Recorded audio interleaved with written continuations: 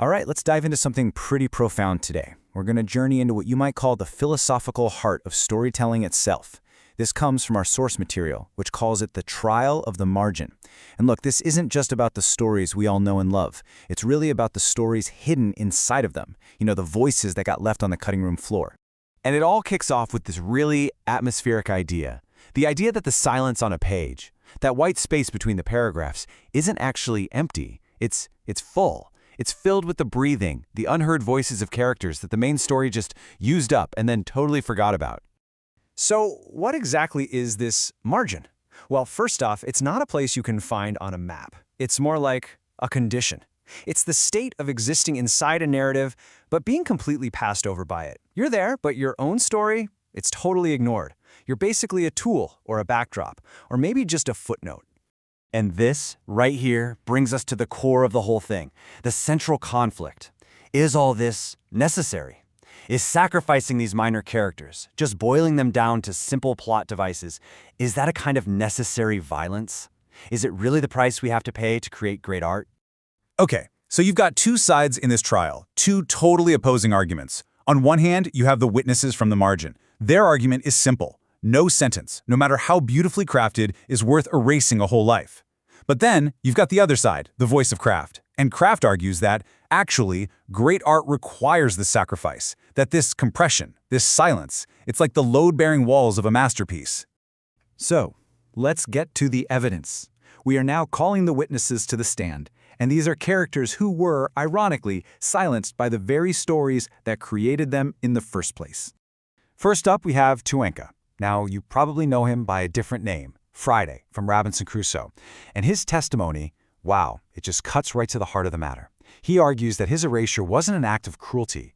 It was something worse, a kind of blindness so total that the story didn't even know it was blind. And this brings up a really important idea, erasure by convenience. See, Tuenka's real identity was just overwritten. Not because the author was being malicious, but because a simpler version was just easier for the narrative. A simple name for a simple servant. It just fit. And here's where you really see the cost of that convenience. What did the story record? Friday, a loyal servant saved by the hero. But what did it ignore? Tuenka, a brilliant navigator who could read 17 different kinds of ocean currents. The loss there is just immense. Okay, next witness. Let's talk about Myrtle Wilson from The Great Gatsby.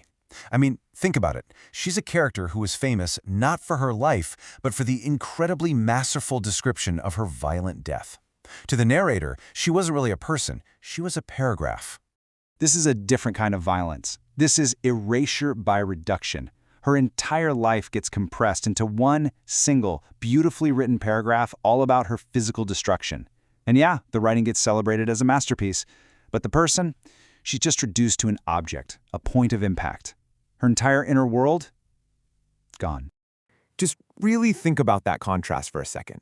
The story gives us this masterful paragraph detailing the physics of her death. But what does it leave out? The sharp, calculating mind of a woman who was actively trying to escape a life that was absolutely trapping her. That story is just nowhere to be found. All right, now for a totally different kind of case. Let's talk about Pip from Moby-Dick.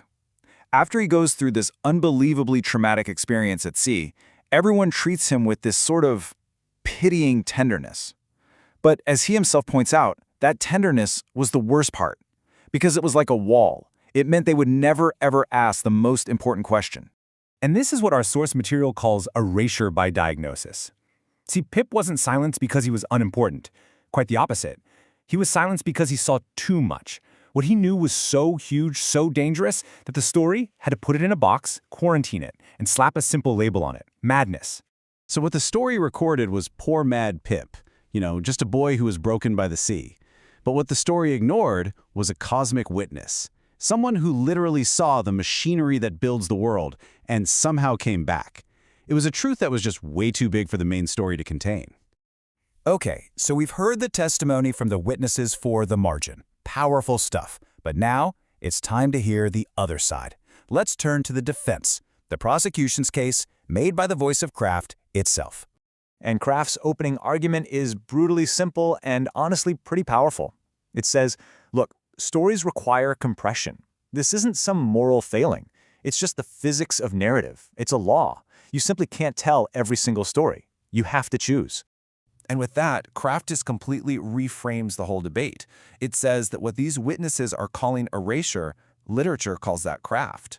And what they call silence, well, a reader calls that resonance. It's that powerful empty space that lets our own imaginations rush in and do the work. And that leads us to Kraft's most powerful and, frankly, most chilling claim. If you go back and you fill in all those silences, if you give every single minor character their own full story, yeah, you might get something that feels like justice, but you will have completely dismantled the art form itself. So, we've heard from the prosecution, we've heard from the defense, and now the spotlight turns. It moves away from the characters, away from the author, and it lands right on you. On us, the readers. Because it turns out in this trial, you're not just a spectator sitting in the gallery. You're the jury, and you always have been. Every single time you read a book, you're casting a verdict. And that leads to a really challenging question for all of us, right? Every time we've read a story and just accepted the clean narrative, every time we just moved on without wondering about the servant or the native or the so-called madman, were we being complicit? Did we, by our silence, uphold the verdict that the margin is empty? But this isn't about throwing out all our favorite books. The source actually proposes a new practice of reading. It's called the Anti-Canon, and it's really simple. It's just about learning to ask the questions the story never bothered to answer. So when you meet a character named for a day of the week, you ask, what was his name before? When a battle is called a fortunate victory, you ask, fortunate for whom? And just to be super clear, the point here is not to destroy the canon. It's not about canceling the classics. The real work is to learn how to listen to the silence that was always there. It's about learning to read not just the story, but its shadow too. So I'll leave you with this question. The next time you pick up a book you love, maybe one you've read a dozen times, and you get to a part with a minor character, someone at the very edge of the page, what will you hear this time if you decide to press your ear to the silence?